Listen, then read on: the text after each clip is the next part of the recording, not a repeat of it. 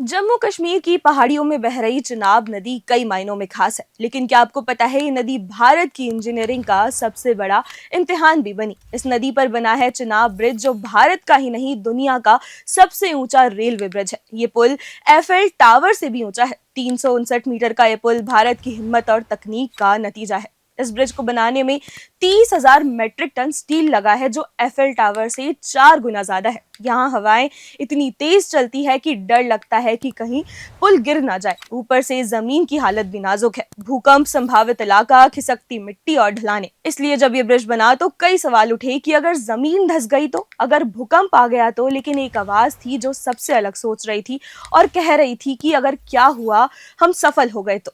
ये आवाज थी प्रोफेसर एएस माधवीलता की, आईआईएससी बेंगलुरु की जियो टेक्निकल एक्सपर्ट। उन्होंने ना सिर्फ चिनाब ब्रिज की नींव को परखा, बल्कि उस खतरनाक इलाके में महीनों तक मेहनत करके ये साबित किया कि मजबूत पुल बनाने के लिए केवल स्टील नहीं, जमीन की नब्ज समझनी होती है। उनका योगदान सिर्फ तकनीकी सलाह तक सीमित नहीं था, वो उस हर पहलू में जुटी जिससे ये पुल भूकंप, भूस्खलन और तेज हवा जैसी प्राकृतिक चुनौतियों को झेल सके। वो उस हर जर्रे को परख रही थी जिस पर पुल की नींव टिकनी थी। लेकिन इसके बावजूद उन्होंने अपने शिक्षिका होने का धर्म कभी नहीं छोड़ा। रात को वो अक्सर कश्मीर से बैंगलोर की फ्लाइट लेती और सुबह बच्चों को पढ़ाने पहुंच जाती।